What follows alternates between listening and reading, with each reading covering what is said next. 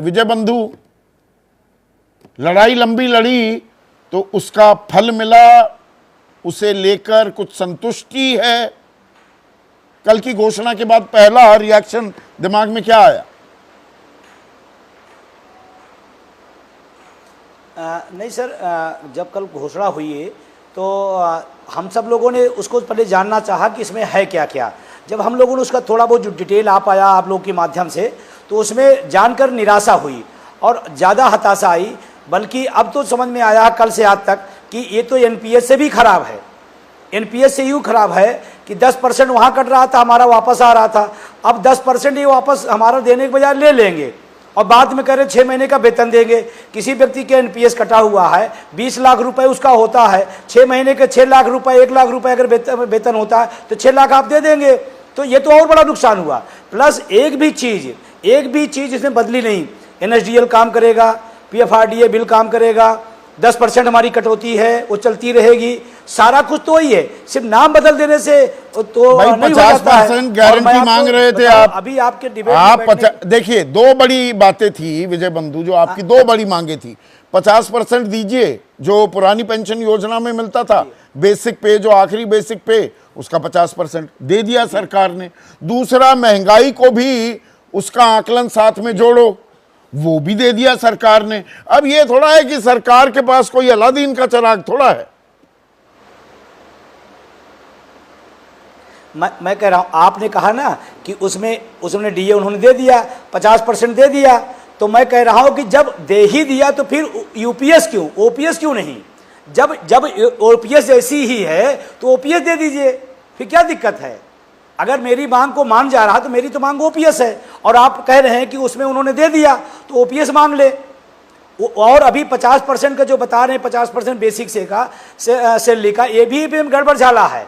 अभी इसमें क्या होगा, पूरे साल का लास्ट का 50% का पहले महीने से 12 महीने का औसत निकाला जाएगा, फिर बेसिक पे निकाला जाएगा, फिर उसके बाद उसका दिया जाएगा। अभी तो इसमें झोला ही झोला है सर, झोल ही झोल चल रहा है। नहीं, इसमें झोल तो एक और ये भी है बड़ा सीधा सा। मैंने 10% अगर कंट्रीब्यूशन दिया है, 25 साल मैंने नौकरी की, और यहाँ पर मैं राजेश आपका कमेंट चाहूंगा क्योंकि आप सीए भी हैं। भाई मेरा 10% कटेगा? हाँ, एकदम। ये बात तो ठीक है ना? हाँ।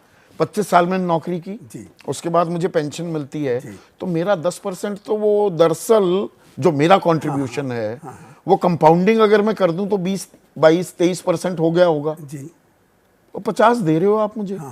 20, 22 तो मैंने ही दे दिया, तो 50 मेरा तो है नहीं। आप 20% दे रहे हो, 18% गवर्नमेंट दे रही है, प्लस वो इन्वेस्ट हो रहा है।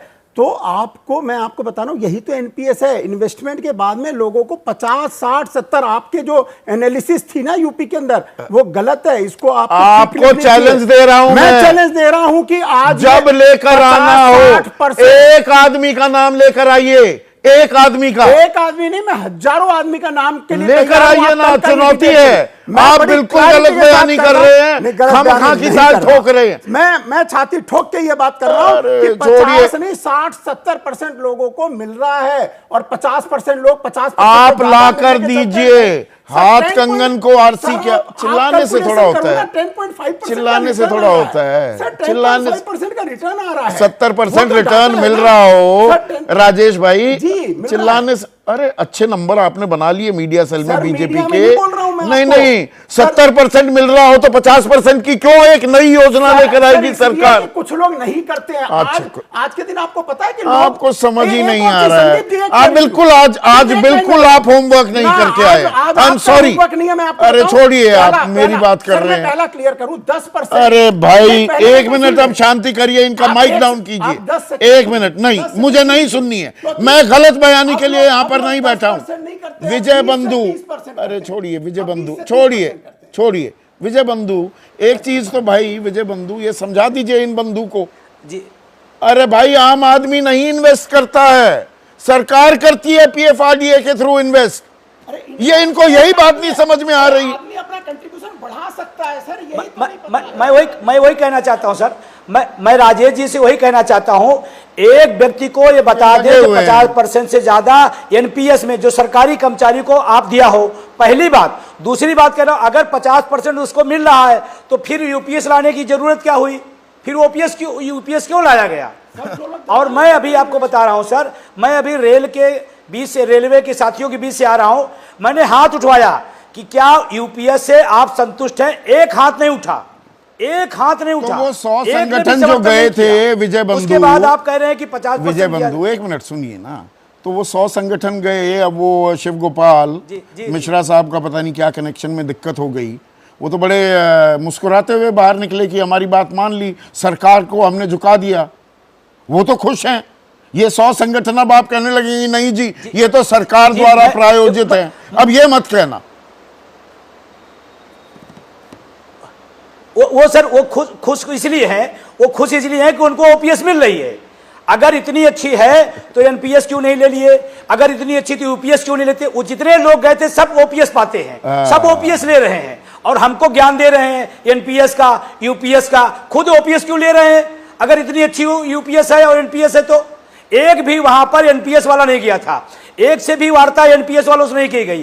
देश के लाखों लाखों लोगों का मैं नेतृत्व करता हूं, एनएमओपीएस का राष्ट्रीय अध्यक्ष हूं। मैंने सबसे पूछा, एक व्यक्ति नहीं कहा कि हमको एनपीएस चाहिए, एक ने नहीं कहा आपको ओपीएस चाहिए। अब उनको ओपीएस मिल रही है, उन्होंने सहमति दे दी। अब सहमति के पीछे उनके क्या राज अब इसमें माधव आनंद एक और ये अहम पॉइंट उठाया। एक सेकेंड विजय बंधु एक सेकेंड रुकिए। माधव आनंद, जो ये ओपीएस वाला कौन है और एनपीएस वाला कौन, ये भी एक दिलचस्प अपने आप में लड़ाई है। और अब ये यूपीएस की भी जो बात आई है, 23 लाख जब सरकारी कर्मचारी केंद्र में हम बात करते हैं, हम उसमें फौज को इंक्लूड नहीं करते, क्योंकि फौज में आज भी पुरानी पेंशन योजना ही लागू है। तो अगर एनपीएस इतनी अच्छी है या यूपीएस इतनी, यूपीएस में ले आइए ना फौज को, अलग अलग पैमाना क्यों है अभी भी?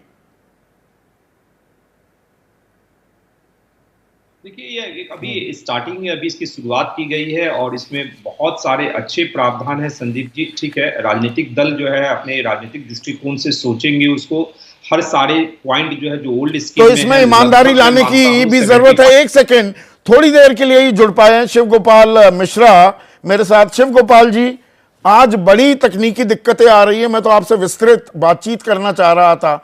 आपके अथक प्रयासों से सरकारी कर्मचारियों को एक खुशखबरी, आंशिक ही सही, कुछ लोग कह रहे हैं वो मिली तो है, लेकिन यहां पर विजय बंधु कह रहे हैं आप खुद तो ओपीएस ले रहे हैं और यूपीएस के लिए हां करवा कर आ गए। ऐसा है कि विजय बंधु अच्छे व्यक्ति हैं, उन्होंने काफी संघर्ष किया है, मैं इनके बारे में कुछ कहना नहीं चाहूंगा। लेकिन मैं ये जानता हूं कि मैं इतने दिनों से नेशनल काउंसिल जेसीएम को डील कर रहा हूं, उसका स्टाफ साइड सेक्रेटरी हूं। हमें ये पता है कि सरकार क्या दे सकती है, क्या नहीं दे सकती। दूसरी बात यह है कि जिस मुद्दों पर हमने समझौता किया है वो बिल्कुल ओपीएस जैसे ही है। और ओपीएस में हमारी एक ही मांग थी सारे लोगों से कि जो भी हम 50% सैलरी का और उसके ऊपर जो महंगाई की राहत है उसके नीचे कोई समझौता नहीं करेंगे। हमारे स्टाफ साइड जेसीएम ने उस पर कोई समझौता नहीं किया। यह रह गया सवाल कि वहां जाने वाले ओपीएस वाले थे या एनपीएस वाले थे, तो इसका कोई मायने नहीं उठता है। हम जो है वो 23 लाख, हम 32 लाख कर्मचारियों को रिप्रेजेंट करते हैं, हम अपने 9.5 लाख रेल कर्मचारियों को रिप्रेजेंट करते हैं। जब तक वो हमको चाहेंगे तब तक हम रहेंगे।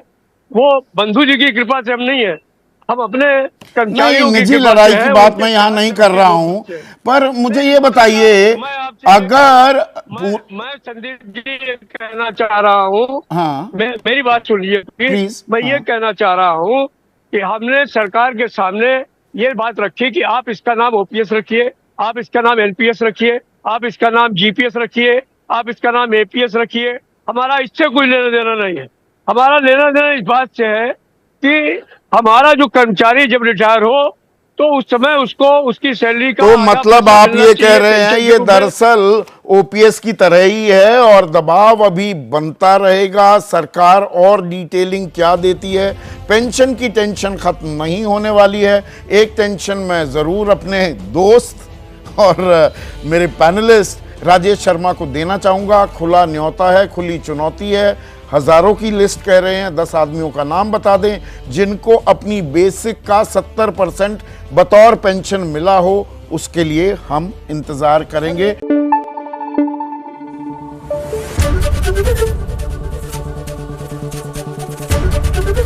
एबीपी न्यूज आपको रखे आगे।